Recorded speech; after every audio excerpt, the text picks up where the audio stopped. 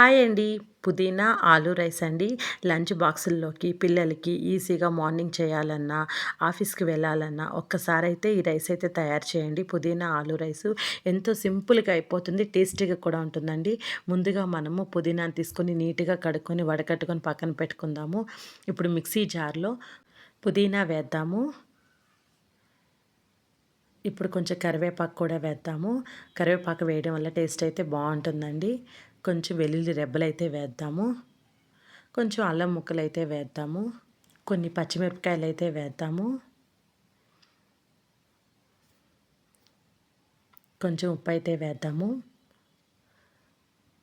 ఇప్పుడు మెత్తగా అయితే మిక్సీ పట్టుకుందాము. మిక్సీ పట్టుకొని ఒక బౌల్‌లో తీసుకొని పక్కన పెట్టేద్దాము. ఇప్పుడు ఎలా చేయాలో చూద్దాం రండి. ఒక 3 టీ స్పూన్‌లొచ్చి ఆయిలు, ఒక 2 టీ స్పూన్‌లొచ్చి నెయ్యి అయితే తీసుకుంటున్నాను. నెయ్యి వేస్ట్ చేసుకోవడం వల్ల రైస్ అయితే ఎంతో టేస్టీగా అయితే ఉంటుందండి. బిర్యానీ ఆకు, పట్టా, లవంగాలు, యాలకలు, జాపత్రి, మరాఠీ మొగ్గ అన్నీ అయితే మనమైతే ఫ్రై చేసుకుందామండి. ఇప్పుడు అవి వేగిన తర్వాత ఒక ఆనియన్‌ని సన్నలుగా కట్ చేసుకొని అయితే వేస్తున్నాను. ఇప్పుడు బాగా ఆనియన్స్‌ని వేపుకుందాము. ఇప్పుడు కొంచెం కరివేపాకు అయితే వేస్తున్నాను. ఆనియన్స్ అయితే దోరగా అయితే వేపుకుందాము. కొంచెం కలర్ చేంజ్ అయితే సరిపోతుంది. ఇప్పుడైతే 2 పెద్ద సైజ్ అండి టమోటాలు అయితే తీసుకొని కట్ చేసుకొని అయితే వేస్తున్నాను.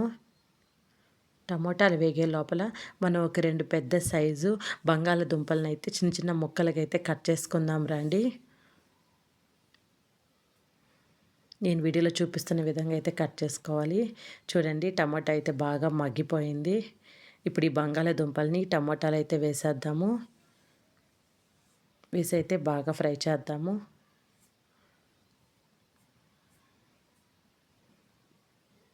ఇప్పుడు సరిపడ సాల్ట్ అయితే వేస్తున్నాను. బంగాళదుంపలకి సరిపడ సాల్ట్ అయితే వేస్తున్నాను. ఇప్పుడు బాగా కలుపుతాము. ఒక 50% అయితే ఉడికిపోయాయి. ఇప్పుడైతే మనం పుదీనా మిక్సీ పట్టుకున్నాం కదా! అదైతే వేసేస్తున్నానండి. ఇప్పుడు బాగా కలుపుతాము. పచ్చి వాసన పోయేంత వరకైతే ఒక 5 మినిట్స్ అండి సిమ్‌లో పెట్టుకొని చక్కగా అయితే మనం ఫ్రై చేసుకుందాము. ఇప్పుడు సరిపడా అయితే నేను పసుపైతే వేస్తున్నాను. ఒక 1/4 టీ స్పూన్ పసుపు వేసుకోండి.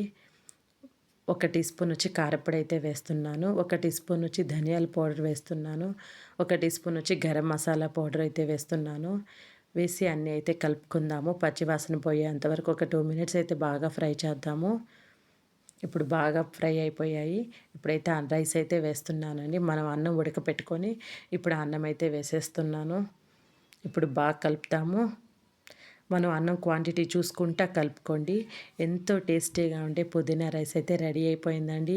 ఆలు వేయడం వల్ల నోట్లో తింటున్నప్పుడు ఎంతో నోటికి పడతా పంటికి చాలా బావుంటుందండి. పుదీనా రైస్ హెల్త్‌కి చాలా మంచిది.